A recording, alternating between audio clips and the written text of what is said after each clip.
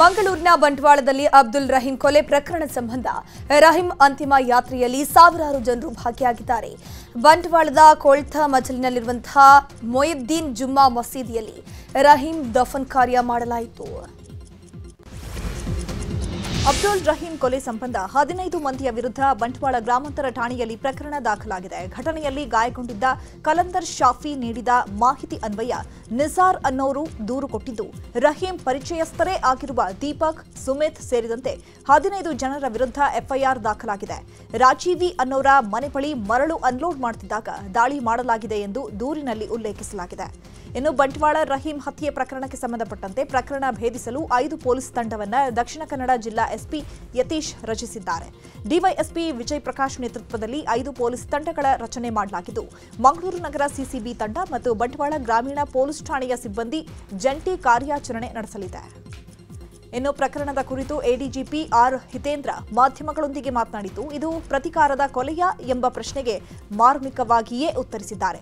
ದಕ್ಷಿಣ ಕನ್ನಡ ಜಿಲ್ಲೆಗೆ ನಾವು ಹೊಸಬರು, ನೀವ್ಯಾರು ಹೊಸಬರಲ್ಲ. ಜಿಲ್ಲೆಯ ಇತಿಹಾಸ ನಿಮಗೆ ಚೆನ್ನಾಗಿ ಗೊತ್ತಿದೆ. ಆ ಪ್ರಶ್ನೆಗೆ ಉತ್ತರವೂ ನಿಮಗೆ ಗೊತ್ತಿದೆ ಅಂತ ಹೇಳಿದ್ದಾರೆ.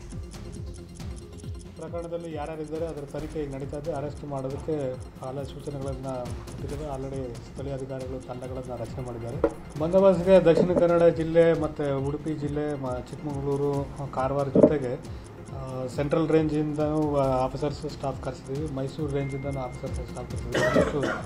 1000 ಜನ ಪೊಲೀಸರು ಬಂದೋಬಸ್ತಲ್ಲಿದ್ದಾರೆ. ಪ್ಲಸ್ ಒಂದು 20 KSRP ತುಕಡಿಗಳು ಬಂದೋಬಸ್ತಲ್ಲಿದ್ದಾರೆ. ಒಂದೇ ಒಂದು ಮನವಿ ಸಾರ್ವಜನಿಕರಲ್ಲಿ ಅಂತ ಹೇಳಿದ್ರೆ, ಈ ಊಹಾಪೋಹಗಳಿಗೆ ತಾವು ಯಾವುದು ಕಿವಿ ಕೊಡಬಾರದು. ಇನ್ನು ಮೆರವಣಿಗೆ ವೇಳೆ ಕಾಂಗ್ರೆಸ್ ನಾಯಕರ ವಿರುದ್ಧ ಮುಸ್ಲಿಂ ಮುಖಂಡರು ಆಕ್ರೋಶವನ್ನು ವ್ಯಕ್ತಪಡಿಸಿದ್ದಾರೆ. ನಮಗೆ ಪಕ್ಷಕ್ಕಿಂತ ನಮ್ಮ ಮುಸ್ಲಿಂ ಸಮುದಾಯ ಮುಖ್ಯ. ನಮ್ಮ ಮುಸ್ಲಿಂ ಸಮುದಾಯಕ್ಕೆ ರಕ್ಷಣೆ ಇಲ್ಲದಂತಾಗಿದೆ. ನಮಗೆ ಸರ್ಕಾರದಿಂದ ರಕ್ಷಣೆ ಬೇಕು. ಶಾಸಕರು ಸಾಮೂಹಿಕ ರಾಜೀನಾಮೆಯನ್ನು ಕೊಡಲಿ. ಸಿಎಂ ಡಿಸಿಎಂ ಜಿಲ್ಲೆಗೆ ಆಗಮಿಸಬೇಕು ಅಂತ ಕಾಂಗ್ರೆಸ್ಸಿಗರ ಮೇಲೆ ಮುಸ್ಲಿಂ ಮುಖಂಡರು ತಮ್ಮ ಆಕ್ರೋಶ ವ್ಯಕ್ತಪಡಿಸಿದ್ದಾರೆ. ನಾನೇ ಬಗ್ಗೆ ಬಂದಿದ್ದೆ ಹಾಜಿಲ್ ಮಾಡ್ರೆ ನಾನೇ ಬಗ್ಗೆ ಬಂದಿದ್ದೆ. ಇನ್ನು ಇದೇ ಭರವಸೆ ತಮ್ಮ ನಾನು ಹಾಕಿರ ನೀವು ಸಾಮೂಹಿಕ ಮುಸ್ಲಿಮ್ಸ್ ಸಾಮೂಹಿಕ ಮಾಡಿ ಮುಸ್ಲಿಂ ನಾಯಕ ಮಾಡಿ ನೀವು ಕಾಂಗ್ರೆಸ್ ಪಾರ್ಟಿ ರಿಸೈನ್ ಹಾಕಿಟ್ಟು ಕೊಡ್ತು ಬರು ನನ್ನ ಏ ಪಾರ್ಟಿ ನೀವು ಸೇರಣ್ಣ ನೀವು ಅದೇ ಕಾಂಗ್ರೆಸ್ ನಿಂತ್ಕೊಂಡು ನೀವು ನಿಂತ್ಕೊಂಡು ಇಲ್ಲ ಕೊಡ್ಲ ನಂಗೆ ಒಬ್ಬರಿಗೆ ಒಂದೇ ನೀವು ನನ್ನ ಸಮುದಾಯ ಇಜ್ಜತ್ತು ನೋಡಿ ಜೀವಿಕೊಂಡು ಎತ್ತರ ತಲೆ ತಪ್ಪಿಟ್ಟು ನನ್ನ ಜೀವಿಸಟ್ಟು ನೋಡಾರೆ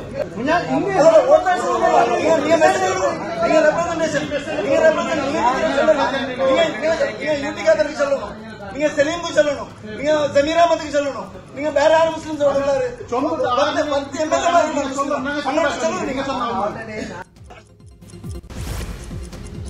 ಬಂಟ್ವಾಳದಲ್ಲಿ ರಹೀಂ ಬರ್ಬರ ಹತ್ಯೆ ಪ್ರಕರಣ ಸಂಬಂಧ ಫರಂಗಿಪೇಟೆಯಲ್ಲಿ ಭಾರೀ ಸಂಖ್ಯೆಯಲ್ಲಿ ಜನರು ಜಮಾಯಿಸಿ ರಸ್ತೆ ತಡೆದು ಸರ್ಕಾರದ ವಿರುದ್ಧ ಆಕ್ರೋಶವನ್ನು ವ್ಯಕ್ತಪಡಿಸಿದರು. ರಹೀಂ ಕೊಂದವರನ್ನ ತಕ್ಷಣವೇ ಬಂಧಿಸಬೇಕು ಅಂತ ಪ್ರತಿಭಟನೆ ನಡೆಸಿದರು. ಈ ವೇಳೆ ಪ್ರತಿಭಟನಾಕಾರರನ್ನ ನಿಯಂತ್ರಿಸಲು ಹರಸಾಹಸ ಪಟ್ಟರು. ಬಳಿಕ ಆಕ್ರೋಶಗೊಂಡಿದ್ದಂತಹ ಗುಂಪನ್ನ ಪೊಲೀಸರು ಚದುರಿಸಿದರು.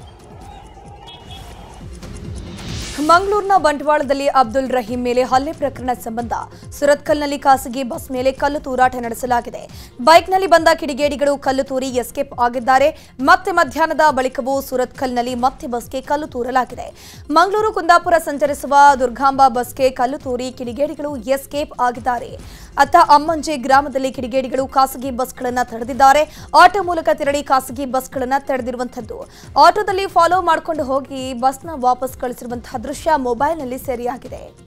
ಇನ್ನು ಕಲ್ಲು ತೂರಾಟದ ಬಳಿಕ ಬೈಕ್ ಶೋರೂಮ್ ಬಂದ್ ಮಾಡುವಂತೆ ಪ್ರತಿಭಟನಾಕಾರರು ಸಿಬ್ಬಂದಿಗೆ ಒತ್ತಾಯ ಮಾಡಿದ್ದಾರೆ.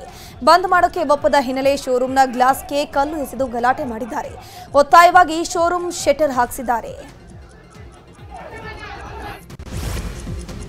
ಬಂಟ್ವಾಳದಲ್ಲಿ ರಹೀಂ ಬರ್ಬರ ಹತ್ಯೆ ಪ್ರಕರಣ ಸಂಬಂಧ ಸಾಮಾಜಿಕ ಜಾಲತಾಣದಲ್ಲಿ ಮತ್ತೆ ರಿವೆಂಜ್ ವಾರ್ ಶುರುವಾಗಿದೆ. ಟಾರ್ಗೆಟ್ ಬಾಯ್ ಪೇಜ್ ಮೂಲಕ ರಿವೆಂಜ್ ಬೆದರಿಕೆ ಹಾಕಲಾಗಿದೆ. ಭಜರಂಗದಳ ಮುಖಂಡ ಭರತ್ ಕುಮ್ದೇಲ್ ಫೋಟೋ ಹಾಕಿ ರಿವೆಂಜ್ ಪೋಸ್ಟ್ ಹಾಕಲಾಗಿದೆ. ಇನ್ನು ಹತ್ಯೆಯಾದ ರಹೀಂ ಮದುವೆಯಾಗಿ 2 ಹೆಣ್ಣು ಮಕ್ಕಳಿದ್ರು. 2 ಹೆಣ್ಣು ಮಕ್ಕಳ ಜೊತೆ ರಹೀಂ ಆಟವಾಡುತ್ತಾ ಮಕ್ಕಳ ಆರೈಕೆ ಮಾಡ್ತಾ ಇರುವ ವಿಡಿಯೋ ಸೋಷಿಯಲ್ ಮೀಡಿಯಾದಲ್ಲಿ ವೈರಲ್ ಆಗಿದೆ.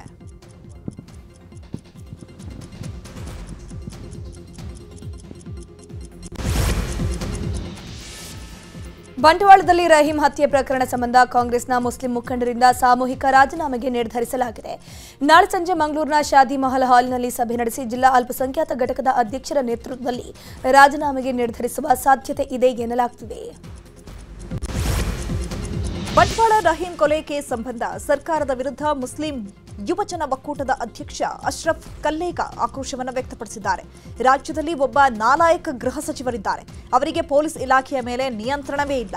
ಉಸ್ತುವಾರಿ ಸಚಿವರು ಜಿಲ್ಲೆಗೆ ಅತಿಥಿ ಉಪನ್ಯಾಸಕರ ರೀತಿಯಲ್ಲಿ ಆಗಮಿಸುತ್ತಾರೆ. ಸುಹಾಸ್ ಶೆಟ್ಟಿ ಕೊಲೆ ಬಳಿಕ ಹಲವೆಡೆ ದ್ವೇಷ ಭಾಷಣ ಮಾಡಲಾಗಿದೆ.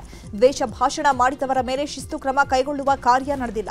ಸ್ಪೀಕರ್ ಯುಟಿ ಖಾದರ್ ಅಡ್ಜಸ್ಟ್ಮೆಂಟ್ ರಾಜಕಾರಣ ಮಾಡುತ್ತಿದ್ದಾರೆ. ಸರ್ಕಾರ ಮುಸ್ಲಿಮರಿಗೆ ನೀಡಿದ ಎಲ್ಲಾ ಬಿಟ್ಟಿ ಭಾಗ್ಯ ಹಿಂಪಡೀಲಿ, ಮುಸ್ಲಿಮರನ್ನ ನೆಮ್ಮದಿಯಾಗಿ ಬದುಕಲು ಅವಕಾಶ ಮಾಡಿಕೊಡ್ಲಿ ಅಂತ ಆಕ್ರೋಶವನ್ನ ವ್ಯಕ್ತಪಡಿಸಿದ್ದಾರೆ. ಪೊಲೀಸ್ ಇಲಾಖೆ ಸರ್ಕಾರ ಇದೆಯೋ ಇಲ್ಲೋ ಎಂಬ ಅನುಮಾನವನ್ನು ಹುಟ್ಟುಹಾಕ್ತಾ ಇದೆ.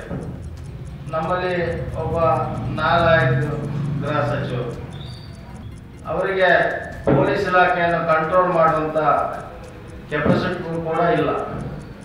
ಮತ್ತೊಬ್ಬರು ಅತಿಥಿ ಉಸ್ತುವಾರಿ ಸಚಿವರು, ಯಾವಾಗಲಾದ್ರೊಮ್ಮೆ ಅತಿಥಿ ಉಪನ್ಯಾಸಕ ಕಾಲೇಜಿಗೆ ಹೋಗ್ತಾರೆ, ಹಾಗೆ ಬಂದು ಹೋಗ್ತಾರೆ. ಪೊಲೀಸ್ ಇಲಾಖೆ ಮಂಗಳೂರಿನಲ್ಲಿ ಕೋಮು ಗಲಭೆ ಪ್ರಕರಣ ನಿಲ್ಲದ ಹಿನ್ನೆಲೆ ಸಚಿವ ಎಂಬಿ ಪಾಟೀಲ್ ರಿಯಾಕ್ಷನ್ ಕೊಟ್ಟಿದ್ದಾರೆ. ಬೆಂಗಳೂರಿನಲ್ಲಿ ಮಾತನಾಡಿರುವಂತಹ ಎಂಬಿ ಪಾಟೀಲ್, ಯಾವುದೇ ಸರ್ಕಾರ ಇದ್ರೂ ಇಂತಹ ಘಟನೆಗಳು ನಡೀತಾನೆ ಇರುತ್ತೆ, ಕೂಡಲೇ ಕ್ರಮ ಕೈಗೊಳ್ಳುವಂತೆ ಸಿಎಂ ಸೂಚನೆ ಕೊಟ್ಟಿದ್ದಾರೆ. ಮೊನ್ನೆ ಒಂದು ಘಟನೆ ನಡೆದಿದೆ, ಆತ ರೌಡಿ ಶೀಟರ್, ಇದರಲ್ಲಿ ಜಾತಿಯ ವಿಚಾರ ಇಲ್ಲ, ಇವರು ಎಲ್ಲರೂ ಒಂದೇ ರೌಡಿ ಶೀಟರ್ಗಳು. ಈ ರೀತಿಯ ವಾತಾವರಣ ಸೃಷ್ಟಿಸಿದವರು ಬಿಜೆಪಿಯವರು ಅಂತ ಕಿಡಿಕಾರಿದ್ರು. ಇದೇ ವಿಚಾರವಾಗಿ ಸಚಿವ ದಿನೇಶ್ ಗುಂಡೂರಾವ್ ಕೂಡ ರಿಯಾಕ್ಷನ್ ಕೊಟ್ಟಿದ್ದಾರೆ. ಒಂದು ಇನ್ಸಿಡೆಂಟ್ ಆಯಿತು ಹಿಂದೆ. ಆ ಇನ್ಸಿಡೆಂಟ್ನಲ್ಲಿ ಏನಿದೆ, ಅವನು ರೌಡಿ ಶೀಟರು, ಅವ್ರನ್ನ ಒಯ್ದೆಲ್ಲ ನೀವು ಒಂದು ಇದಕ್ಕೆ ಧರ್ಮಕ್ಕೆ ಮಾಡ್ತೀವಿ. ಅದೊಂದು ಜಾತಿನೇ ಬೇರೆ, ಅದು ಯಾವುದೇ ಧರ್ಮದವ್ರು ಇರಲಿ, ಹಿಂದೂ ಇರಲಿ, ಮುಸಲ್ಮಾನ್ ಇರಲಿ, ಮತ್ತೊಂದು ಇರಲಿ, ಆ ಗಲಾಟೆ ಮಾಡೋರು ಆ ಜನ ಅದೊಂದು ಬೇರೆ ಕಮ್ಯುನಿಟಿನೇ. ಅದು ಅವ್ರನ್ನ ಒಯ್ದು ನಾವು ಯಾವುದೇ ಒಂದು ಸಮುದಾಯಕ್ಕೆ ಧರ್ಮಕ್ಕೆ ಹಚ್ಚುವಂಥದ್ದು ಆಗಬಾರ್ದು. ರೌಡಿ ಶೀಟರ್ ಇದೆ, ರೌಡಿ ಶೀಟರ್ ಆ ಎಲಿಮೆಂಟ್ಸ್ ಇರ್ತಾವೆ, ಅವ್ರವ್ರದ್ದೇ ಏನು ಈ ಗ್ಯಾಂಗ್ ವಾರ್ಸ್ ಇವು ನಡೀತಿರ್ತದೆ. ಅದನ್ನು ಒಯ್ದು ನೀವು ಮುಸ್ಲಿಮು, ಹಿಂದೂ, ಸಿಕ್ಕು ಈಗ ಸರಿ ಆಗೋದಿಲ್ಲ. ಅಬ್ದುಲ್ ರಹೀಂ ಮತ್ತು ಇನ್ನೊಬ್ಬರ ಮೇಲೆ, ಇಬ್ಬರ ಮೇಲೆ ಈ ದುಷ್ಕರ್ಮಿಗಳು ಮಾರಣಾಂತಿಕ ಹಲ್ಲೆಯನ್ನು ಮಾಡಿ ಅದರಲ್ಲಿ ಒಬ್ಬ ತೀರೋಗಿದ್ದಾನೆ, ಇನ್ನೊಬ್ಬ ಆಸ್ಪತ್ರೆ ಚಿಕಿತ್ಸೆಯಲ್ಲಿದ್ದಾನೆ. ಆದರೆ ಔಟ್ ಆಫ್ ಡೇಂಜರ್ ಅಂತ ಕೂಡ ನಮಗೆ ವರದಿ ಇರತಕ್ಕಂಥದ್ದು. ಪೊಲೀಸ್ ಅವರಿಗೆ ಇದರ ಹಿಂದೆ ಯಾರಿದ್ದಾರೆ ಅಂತ ಕೂಡ ಕೆಲವು ಮಾಹಿತಿಗಳು ಕೂಡ ಗೊತ್ತಾಗಿದೆ. ಅದೆಲ್ಲ ಅವರು ಖಂಡಿತವಾಗಿಯೂ ಯಾರು ಈ ಒಂದು ಕೃತ್ಯದಲ್ಲಿ ಭಾಗಿಯಾಗಿದ್ದಾರೆ ಅವ್ರನ್ನ ಹಿಡಿದಾಕುವಂಥ ಕೆಲಸ ಪೊಲೀಸರು ಮಾಡ್ತಾರೆ ಅಂತ ಕೂಡ ನನಗೆ ವಿಶ್ವಾಸ ಇದೆ. ಮತ್ತು ಈ ವೈಷಮ್ಯ ಏನಿದೆ ಮತ್ತು ಸೇಡಿನ ಒಂದು ವೈಷಮ್ಯ, ಅದು ಇದಕ್ಕೆ ಕಾರಣ ಅದೇ ಅಂತ ಕಂಡು ಬರ್ತಾ ಇದೆ. ಇದು ಏನಂತ ಹೇಳಿದ್ರೆ, ಈ ಕೋಮುವಾದದ ಒಂದು ಕೆಟ್ಟ ವಾತಾವರಣ ಏನು ನಿರ್ಮಾಣ ಆಗ್ತದೆ ಮತ್ತು ನಿರ್ಮಾಣ ಆಗಿದೆ, ಅದರ ಒಂದು ಪರಿಸ್ಥಿತಿ ಅಂತಲೇ ಹೇಳ್ಬೋದಿದು. ಆದರೂ ಇನ್ನು ತನಿಖೆ ಎಲ್ಲ ಪೂರ್ತಿ. ಪ್ರೀತಿಸಿ ಮದುವೆಯಾದ ಪತ್ನಿಯನ್ನೇ ಪತಿಯೊಬ್ಬ 10 ಬಾರಿ ಚಾಕುವಿನಿಂದ ಇರಿದು ಕೊಲೆ ಮಾಡಿರುವಂತಹ ಘಟನೆ ಚಿಕ್ಕಮಗಳೂರಿನ ಕೈಮರ ಗ್ರಾಮದಲ್ಲಿ ನಡೆದಿದೆ. ಕೀರ್ತಿ ಕೊಲೆಯಾದ ಮಹಿಳೆಯಾಗಿದ್ದು, ಕೀರ್ತಿಯನ್ನ ಹತ್ಯೆ ಮಾಡಿ ಗಂಡ ಅವಿನಾಶ್ ಎಸ್ಕೇಪ್ ಆಗಿದ್ದಾನೆ. 4 ವರ್ಷದ ಹಿಂದೆ ಪ್ರೀತಿಸಿ ಮದುವೆಯಾಗಿದ್ದ ಅವಿನಾಶ್ ಹಾಗೂ ಕೀರ್ತಿ ಅವರಿಬ್ಬರ ಮಧ್ಯೆ ಆಗಾಗ ಜಗಳವಾಗ್ತಾ ಇತ್ತು. ಸದ್ಯ ಇದೇ ಜಗಳ ಈಗ ಕೊಲೆಯಲ್ಲಿ ಅಂತ್ಯವಾಗಿದ್ದು, ಪತ್ನಿ ಕೊಂದು ಎಸ್ಕೇಪ್ ಆಗಿರುವ ಅವಿನಾಶ್ಗಾಗಿ ಪೊಲೀಸರು ಹುಡುಕಾಟ ಆರಂಭಿಸಿದ್ದಾರೆ. ಸದ್ಯ ಚಿಕ್ಕಮಗಳೂರು ಶವಾಗಾರದ ಮುಂದೆ ಕುಟುಂಬಸ್ಥರ ಆಕ್ರಂದನ ಮುಗಿಲು ಮುಟ್ಟಿದೆ. ಶೂಟಿಂಗ್ ಆಗಿ ವಿದೇಶಕ್ಕೆ ತೆರಳೋಕೆ ಅನುಮತಿ ಕೋರಿ ದರ್ಶನ್ ಸಲ್ಲಿಕೆ ಮಾಡಿದ್ದ ಅರ್ಜಿ ವಿಚಾರಣೆ ಇವತ್ತು ನಡೆಯಿತು. 64ನೇ ಸಿಸಿಎಚ್ ಕೋರ್ಟ್ನಲ್ಲಿ ವಿಚಾರಣೆ ನಡೆದಿದ್ದು, ದರ್ಶನ್ ಪರವಾಗಿ ವಕೀಲ ಲಕ್ಷ್ಮೀಕಾಂತ್ ವಾದವನ್ನ ಮಂಡಿಸಿದ್ದು, ದರ್ಶನ್ ಚಿತ್ರನಟ ಆಗಿದ್ದು ನಟನೆ ಅಷ್ಟೇ ಅವರ ದುಡಿಮೆಯಾಗಿದೆ, ಹೀಗಾಗಿ ಚಿತ್ರೀಕರಣಕ್ಕೆ ವಿದೇಶಕ್ಕೆ ತೆರಳೋಕೆ ಅವಕಾಶ ನೀಡಬೇಕು ಅಂತ ಮನವಿಯನ್ನ ಮಾಡಿಕೊಂಡಿದ್ದಾರೆ. ಈ ವೇಳೆ ಎಸ್ಪಿಪಿ ಪರವಾಗಿ ವಾದ ಮಂಡನೆ ಮಾಡಲಾಗಿದ್ದು, ದರ್ಶನ್ ಎಲ್ಲಿಗೆ ಹೋಗ್ತಾರೆ, ಎಲ್ಲಿ ಉಳಿತಾರೆ ಎಂಬ ಮಾಹಿತಿ ಇರೋದಿಲ್ಲ, ಹೀಗಾಗಿ ವಿದೇಶಕ್ಕೆ ಹೋಗೋಕೆ ಅವಕಾಶ ನೀಡಬಾರದು ಅಂತ ವಾದವನ್ನ ಮಾಡಿದ್ದಾರೆ. ಸದ್ಯ ವಾದ ಪ್ರತಿವಾದ ಆಲಿಸಿದ ಕೋರ್ಟ್ ಮೇ 30ಕ್ಕೆ ಆದೇಶವನ್ನ ಕಾಯ್ದಿರಿಸಿದೆ. ಶಿವಮೊಗ್ಗದಲ್ಲಿ ಹಿಂದೂ ಕಾರ್ಯಕರ್ತ ಹರ್ಷ ಕೊಲೆ ಪ್ರಕರಣದ ಆರೋಪಿಗಳು ಬಳ್ಳಾರಿಯ ಜೈಲಿನಲ್ಲಿ ಗಲಾಟೆ ಮಾಡ್ತಾ ಇದ್ದಾರೆ.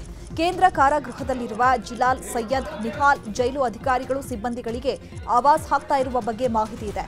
ಪ್ರತ್ಯೇಕ ಕೊಠಡಿ, ವಿಶೇಷ ಸೌಲಭ್ಯ ನೀಡುವಂತೆ ನಿತ್ಯ ರಂಪಾಟ ನಡೆಸ್ತಾ ಇರುವಂತಹ ಬಗ್ಗೆ ಜೈಲು ಸಿಬ್ಬಂದಿಯಿಂದ ಆರೋಪ ಕೇಳಿಬಂದಿದೆ. ಕನ್ನಡದ ಬಗ್ಗೆ ಕಮಲ್ ಹಾಸನ್ ವಿವಾದಾತ್ಮಕ ಹೇಳಿಕೆ ವಿರುದ್ಧ ಕರವೇ ಪ್ರವೀಣ್ ಶೆಟ್ಟಿ ಬಣ ಪ್ರತಿಭಟನೆ ಮಾಡಿತು. ವಾಣಿಜ್ಯ ಮಂಡಳಿ ಮುಂದೆ ಪ್ರತಿಭಟನೆ ನಡೆಸಿದೆ. ಕಮಲ್ ಹಾಸನ್ ಕ್ಷಮೆ ಕೇಳಬೇಕು, ಇಲ್ಲದಿದ್ದರೆ ಥಗ್ ಲೈಫ್ ಸಿನಿಮಾ ಬಿಡುಗಡೆಗೆ ಅವಕಾಶ ಕೊಡಬಾರದು ಅಂತ ವಾಣಿಜ್ಯ ಮಂಡಳಿಗೆ ದೂರನ್ನು ಕೊಟ್ಟಿದ್ದಾರೆ. ಬಳಿಕ ಮಾಧ್ಯಮಗಳ ಜೊತೆ ಮಾತನಾಡಿರುವಂತಹ ಪ್ರವೀಣ್ ಶೆಟ್ಟಿ, ಶಿವರಾಜ್ ಕುಮಾರ್ ಅವರ ಮುಂದಿಗೆ ಈ ಮಾತುಗಳನ್ನು ಹೇಳಿದ್ದು ಸರಿಯಲ್ಲ. ಅವರ ಸಾಂಸಾರಿಕ ಜೀವನ ಸರಿಯಿಲ್ಲ, ರಾಜಕೀಯ ಜೀವನವಂತೂ ಎಕ್ಕಟ್ಟು ಹೋಗಿದೆ. ಕಮಲ್ ಹಾಸನ್ ಏನಾದರೂ ಕ್ಷಮೆ ಕೇಳದಿದ್ರೆ ಸಿನಿಮಾ ರಿಲೀಸ್ ಮಾಡೋಕೆ ಬಿಡೋದಿಲ್ಲ ಅಂತ ಕಿಡಿಕಾರಿದ್ರು. ತಮಿಳಿನಿಂದ ಕನ್ನಡ ಹುಟ್ಟಿದೆ ಎಂಬ ಕಮಲ್ ಹಾಸನ್ ಹೇಳಿಕೆಗೆ ಮೈಸೂರಿನಲ್ಲಿ ಆಕ್ರೋಶ ವ್ಯಕ್ತವಾಗಿದೆ. ಹಳೆ ಜಿಲ್ಲಾಧಿಕಾರಿಗಳ ಕಚೇರಿ ಬಳಿ ಮೈಸೂರು ಕನ್ನಡ ವೇದಿಕೆ ಕಾರ್ಯಕರ್ತರು ಪ್ರತಿಭಟನೆ ನಡೆಸಿದ್ದಾರೆ. ನಟ ಕಮಲ್ ಹಾಸನ್ರನ್ನ ಬ್ಯಾನ್ ಮಾಡುವಂತೆ ಆಗ್ರಹಿಸಿದ್ದಾರೆ. ಕನ್ನಡ ವಿರೋಧಿ ಕಮಲ್ ಹಾಸನ್ ಅಂತ ಘೋಷಣೆ ಕೂಗಿ ಕಿಡಿಕಾರಿದ್ದಾರೆ. ಕಮಲ್ ಹಾಸನ್ ಕನ್ನಡಿಗರ ಕ್ಷಮೆ ಕೇಳಬೇಕು ಅಂತ ಆಗ್ರಹಿಸಿದ್ದಾರೆ. ಕಮಲ್ ಹಾಸನ್ ಚಿತ್ರ ಕರ್ನಾಟಕದಲ್ಲಿ ರಿಲೀಸ್ ಆಗಲು ಬಿಡಲ್ಲ ಅಂತ ಎಚ್ಚರಿಕೆ ಕೊಟ್ಟಿದ್ದಾರೆ. ಇನ್ನು ಬೆಳಗಾವಿಯಲ್ಲೂ ಕೂಡ ನಟ ಕಮಲ್ ಹಾಸನ್ ವಿರುದ್ಧ ಪ್ರತಿಭಟನೆ ಮಾಡಲಾಗಿದೆ. ನಗರದ ಐನಾಕ್ಸ್ ಚಿತ್ರಮಂದಿರದ ಬಳಿ ಕರವೇ ನಾರಾಯಣಗೌಡ ಬಣದಿಂದ ಪ್ರತಿಭಟನೆ ನಡೆಸಲಾಗಿದೆ. ಕಮಲ್ ಹಾಸನ್ ಭಾವಚಿತ್ರಕ್ಕೆ ಚಪ್ಪಲಿಯಿಂದ ಹೊಡೆದು ಆಕ್ರೋಶವನ್ನ ವ್ಯಕ್ತಪಡಿಸಲಾಗಿದೆ.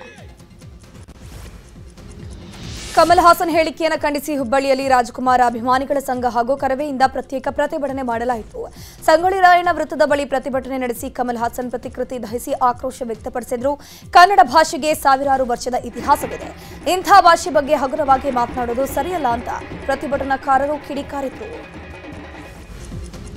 ತಮಿಳು ಭಾಷೆಯಿಂದ ಕನ್ನಡ ಹುಟ್ಟಿದೆ ಎಂಬ ಕಮಲ್ ಹಾಸನ್ ಹೇಳಿಕೆ ವಿಚಾರದ ಬಗ್ಗೆ ಮಾತನಾಡಿದ ಸಿಎಂ ಸಿದ್ದರಾಮಯ್ಯ, ಕನ್ನಡ ಭಾಷೆಗೆ ದೀರ್ಘಕಾಲದ ಇತಿಹಾಸವಿದೆ. ಪಾಪ ಕಮಲ್ ಹಾಸನ್ ಅವರಿಗೆ ಅದು ಗೊತ್ತಿಲ್ಲ ಅಂತ ಅನ್ಸುತ್ತೆ ಅಂತ ಹೇಳಿದರು. ತಮಿಳಿನಿಂದ ಕನ್ನಡ ಹುಟ್ಟಿದೆ ಎಂಬ ಕಮಲ್ ಹಾಸನ್ ಹೇಳಿಕೆಗೆ ಶಿವಮೊಗ್ಗದಲ್ಲಿ ಸಚಿವ ಮಧು ಬಂಗಾರಪ್ಪ ರಿಯಾಕ್ಷನ್ ಕೊಟ್ಟಿದ್ದಾರೆ. ಕಮಲ್ ಹಾಸನ್ ಯಾವ ಕಂಟೆಂಟ್ಗೆ ಸಂಬಂಧಪಟ್ಟಂತೆ ಹೇಳಿದ್ದಾರೋ ಗೊತ್ತಿಲ್ಲ. ನಮ್ಮ ಕನ್ನಡ ಭಾಷೆಯ ಬಗ್ಗೆ ನಮಗೆ ಗೌರವ ಇದೆ. ಇನ್ನೊಬ್ಬರು ಹೇಳಿ ಅದನ್ನು ತಿಳಿದುಕೊಳ್ಳುವ ಅವಶ್ಯಕತೆ ನಮಗಿಲ್ಲ. ರಷ್ಯಾ ಮತ್ತು ಜರ್ಮನ್ ಭಾಷೆಯಲ್ಲಿ ಸಂಸ್ಕೃತದ ಪದಗಳಿವೆ. ಇವರು ಯಾವ ರೀತಿ ಹೋಲಿಕೆ ಮಾಡಿ ಹೇಳಿದ್ದಾರೆ ಅನ್ನೋದನ್ನ ಗಮನಿಸಬೇಕಾಗಿದೆ ಅಂತ ಹೇಳಿದ್ದಾರೆ. ಇನ್ನು ಇದೇ ವಿಚಾರವಾಗಿ ಸಚಿವ ಸಂತೋಷ್ ಲಾಡ್, ಸಚಿವ ಎಂಬಿ ಪಾಟೀಲ್ ಕೂಡ ರಿಯಾಕ್ಷನ್ ಕೊಟ್ಟಿದ್ದಾರೆ. ಇನ್ನು ಕಮಲ್ ಹಾಸನ್ ಕನ್ನಡ ವಿರೋಧಿ ಹೇಳಿಕೆ ವಿಚಾರದ ಬಗ್ಗೆ ಆರ್ ಅಶೋಕ್ ಕೂಡ ರಿಯಾಕ್ಷನ್ ಕೊಟ್ಟಿದ್ದಾರೆ. ಅವನೊಬ್ಬ ತಲೆ ತಿರುಕ ಹುಚ್ಚ, ಅವನಿಗೆ ಕನ್ನಡ ಸಿನಿಮಾದಲ್ಲಿ ಬಹಳಷ್ಟು ಅವಕಾಶ ಕೊಟ್ಟಿದ್ದಾರೆ. ಋಣ ತೀರಿಸುವ ಕೆಲಸ ಮಾಡಬೇಕಾಗಿತ್ತು. ಅವನು ಸಹ ನಗರ ನಕ್ಸಲ್, ಸರ್ಕಾರವೇ ಅವರನ್ನ ಬಹಿಷ್ಕಾರ ಹಾಕಬೇಕು ಅಂತ ಕಿಡಿಕಾರಿದ್ದಾರೆ. ಕನ್ನಡದ ಬಗ್ಗೆ ಕಮಲ್ ಹಾಸನ್ ವಿವಾದಾತ್ಮಕ ಹೇಳಿಕೆ ಕುರಿತು ಬಿಎಸ್ ಯಡಿಯೂರಪ್ಪ ಪ್ರತಿಕ್ರಿಯೆ ನೀಡಿದ್ದಾರೆ. ಈಗಾಗಲೇ ನಾನು ಈ ಬಗ್ಗೆ ಮಾತನಾಡಿದೆ, ಅವರ ಹೇಳಿಕೆಯನ್ನ ಖಂಡಿಸಿದ್ದೀನಿ. ಕಮಲ್ ಹಾಸನ್ ಅವರ ಹೇಳಿಕೆ ಸರಿಯಿಲ್ಲ ಅಂತ ಹೇಳಿದ್ದಾರೆ. ನಟ ಕಮಲ್ ಹಾಸನ್ ಕನ್ನಡ ವಿವಾದ ಹೇಳಿಕೆ ವಿಚಾರದ ಬಗ್ಗೆ ಹಿರಿಯ ಸಾಹಿತಿ ಡಾಕ್ಟರ್ ಹಂಪ ನಾಗರಾಜಯ್ಯ ನ್ಯೂಸ್ 18ಗೆ ರಿಯಾಕ್ಷನ್ ಕೊಟ್ಟಿದ್ದಾರೆ. ನಟ ಕಮಲ್ ಹಾಸನ್ ಕನ್ನಡಿಗರ ಕ್ಷಮೆ ಕೇಳಬೇಕು, ಅವ್ರು ಯಾಕೆ ಹೀಗೆ ಹೇಳಿದ್ರೋ ಗೊತ್ತಿಲ್ಲ. ಕನ್ನಡ, ತೆಲುಗು, ತಮಿಳು 3 ದ್ರಾವಿಡ ಭಾಷೆಗಳೇ. ಯಾವ ಭಾಷೆಯೂ ದೊಡ್ಡದಲ್ಲ, ಯಾವ ಭಾಷೆಯೂ ಚಿಕ್ಕದಲ್ಲ. ಕನ್ನಡ ಭಾಷೆಯ ಪ್ರಾಚೀನತೆಯನ್ನ ಮರೆಮಾಚುವ ಕೆಲಸವನ್ನ ತಮಿಳಿಗರು ಆಗಾಗ ಮಾಡ್ತಾನೆ ಇರ್ತಾರೆ. ಕನ್ನಡಕ್ಕಿಂತ ತಮಿಳು ಪ್ರಾಚೀನ ಭಾಷೆ ಏನಲ್ಲ, ಹೀಗಂತ ಕಿಡಿಕಾರಿದ್ದಾರೆ. ಇನ್ನು ಫಿಲ್ಮ್ ಚೇಂಬರ್ ಅಧ್ಯಕ್ಷ ನರಸಿಂಹಲು ಕೂಡ ಕಮಲ್ ಹಾಸನ್ ಹೇಳಿಕೆಯನ್ನು ಖಂಡಿಸಿದ್ದು, ನಾಳೆ ಎಲ್ಲಾ ವಿತರಕರು ಪ್ರದರ್ಶಕರನ್ನ ಕರೆದು ಸಿನಿಮಾ ರಿಲೀಸ್ ಬಗ್ಗೆ ತೀರ್ಮಾನ ಮಾಡ್ತೇವೆ. ತಮಿಳಿನಿಂದಲೇ ಕನ್ನಡ ಹುಟ್ಟಿರೋದು ಅಂತ ಕಮಲ್ ಹಾಸನ್ ಹೇಳಿದ್ದಾರೆ. ಅದು ಯಾವ ರೀತಿ ಇತಿಹಾಸ ತಿಳ್ಕೊಂಡು ಮಾತನಾಡಿದ್ರೋ ನಮಗಂತೂ ಗೊತ್ತಿಲ್ಲ. ಅವರ ಮೇಲೆ ಅಪಾರ ಗೌರವ ಇದೆ, ಆದರೆ ಇಂತಹ ಹೇಳಿಕೆ ಕೊಡೋದು ಸರಿಯಲ್ಲ. ಈ ವಿಚಾರವಾಗಿ ನಾಳೆ ಫಿಲ್ಮ್ ಚೇಂಬರ್ನಲ್ಲಿ ಅಂಗಸಂಸ್ಥೆಗಳ ಜೊತೆ ಸಭೆ ಮಾಡಿ ತೀರ್ಮಾನ ಕೈಗೊಳ್ತೀವಿ ಅಂತ ಹೇಳಿದರು. ರಾಜ್ಯದಲ್ಲಿ ಕೊರೋನಾ ಹೆಚ್ಚಳ ಆತಂಕ ಹಿನ್ನೆಲೆ ಬೆಂಗಳೂರಿನಲ್ಲಿ ಮಾತನಾಡಿದ ಸಚಿವ ದಿನೇಶ್ ಗುಂಡೂರಾವ್, ಕೋವಿಡ್ ಸಂಬಂಧ ಈಗಾಗಲೇ ಸಭೆ ನಡೆಸಿ ಮಾರ್ಗಸೂಚಿ ಹೇಳಿದ್ದೇವೆ. ತೀವ್ರತರವಾಗಿ ಇರುವಂತಹ ಏನೂ ಸಮಸ್ಯೆ ಇಲ್ಲ. ಮಕ್ಕಳು, ಬಾಣಂತಿಯರು, ವೃದ್ಧರು ಎಚ್ಚರಿಕೆಯಿಂದ ಇರಬೇಕು.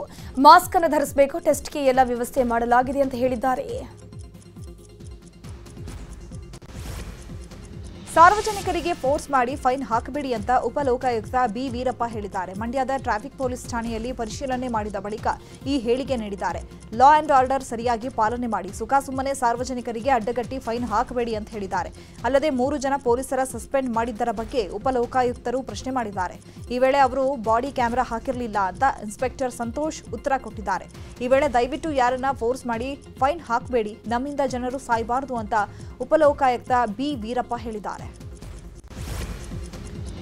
ಕೆಲವು ದಿನಗಳಿಂದ ಉಡುಪಿ ಜಿಲ್ಲೆಯಾದ್ಯಂತ ಹೆಚ್ಚಿನ ಮಳೆಯಾಗಿದ್ದು ಸದ್ಯ ಬಿಡುವು ಕೊಟ್ಟಿದೆ. ಮೇ ಅಂತ್ಯದವರೆಗೆ ಮೀನುಗಾರಿಕೆಗೆ ಅವಕಾಶ ಹಿನ್ನೆಲೆ ಮೀನುಗಾರರು ಸಮುದ್ರಕ್ಕೆ ಇಳಿದಿದ್ದಾರೆ. ಮಲ್ಪೆ ಅಳಿವೆ ಬಾಗಿಲಿನಲ್ಲಿ ರಕ್ಕಸ ಗಾತ್ರದ ಅಲೆಗಳ ರಭಸಕ್ಕೆ ಮೀನುಗಾರರು ಬೆಚ್ಚಿ ಬೀಳುವಂತಾಗಿದೆ. ಅರಬ್ಬಿ ಸಮುದ್ರದ ಅಲೆಗಳ ಅಬ್ಬರದ ವಿಡಿಯೋ ಮೀನುಗಾರರ ಫೋನ್ನಲ್ಲಿ ಸೆರೆಯಾಗಿದೆ.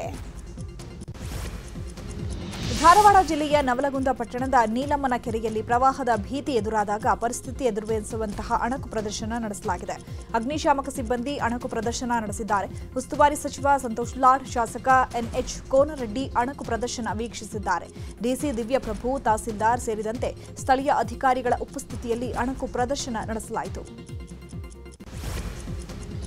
ಚಿಕ್ಕಬಳ್ಳಾಪುರದ ಮಾವಿನ ಹಣ್ಣಿಗೆ ವಿದೇಶದಲ್ಲಿ ಭಾರಿ ಬೇಡಿಕೆ ಇದೆ.